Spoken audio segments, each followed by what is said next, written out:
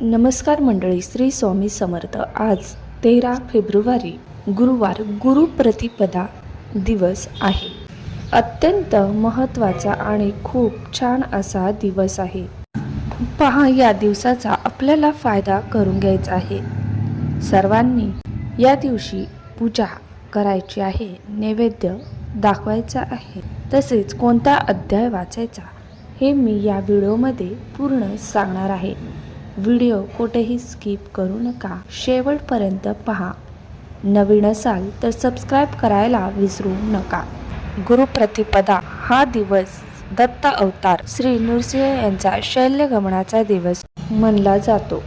सकाळी उठल्यानंतर आपल्या घरातील देवपूजा केल्यानंतर तुम्हाला तुमच्याजवळ असणाऱ्या मठामध्ये, केंद्रामध्ये दत्तांचं जिथं स्थान असेल तिथे किंवा स्वामी केंद्रांमध्ये तुम्हाला जायचं आहे व दर्शन करायचे आहे.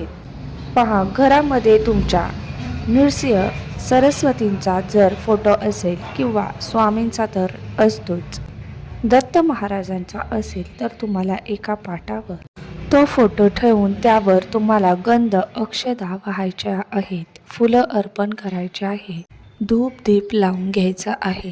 नृसिंह सरस्वतींची केवडा, पारिजातकाची फुले, गुलाब, बकुळ यापैकी जमेल ते या दिवशी या गोष्टी तुम्ही अर्पण करू शकता. या दिवशी तुम्हाला गणपतीची आरती करायची आहे, स्वामींची आरती करायची आहे, दत्तांची आरती करायची आहे आणि नृसिंह सरस्वती यांची देखील आरती करायची आहे.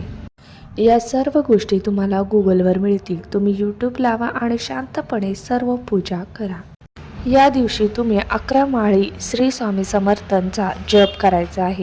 जर तुम्हाला 11 माळी जप करणे शक्य नसेल तर 1 माळ तरी अवश्य जप करा व गुरुचरित्रातील 51 व 52वा हा अध्याय तुम्हाला अवश्य या दिवशी वाचायचा आहे. जर तुम्हाला वाचन जमत नसेल तर तुम्ही श्रवण तरी नक्की करायचं आहे. तुम्ही हा अध्याय सकाळी वाचा, दुपारी वाचा, चालेल, पण फक्त 12 ते 12:30 हे दत्त भिक्षेसाठी बाहेर जात असतात, त्यामुळे या वेळेत वाचू नये.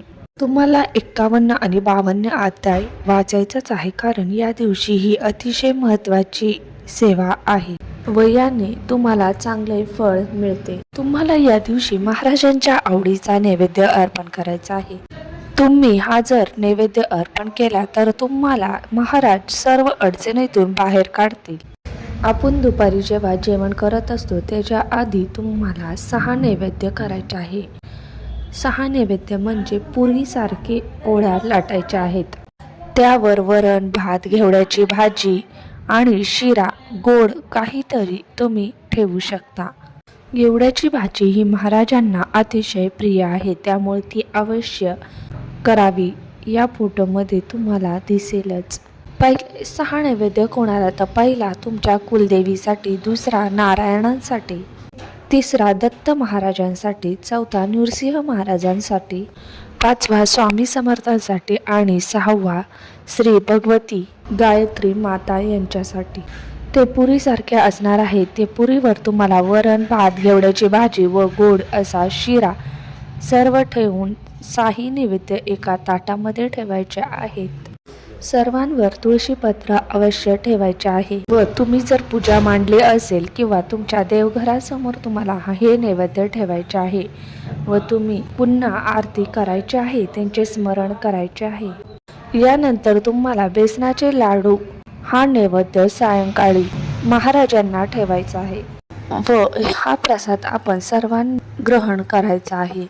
तसेच घेवड्याच्या भाजीचा जो नैवेद्य दाखवणार आहे तो देखील थोडा वेळ देवांसमोर ठेवून तो तुम्हाला सर्वांना, घरातील व्यक्तींना ग्रहण करायचा आहे. तर जर ग्रहण करणे शक्य नसेल तर तुम्ही तो नैवेद्य गाईला देखील देऊ शकता.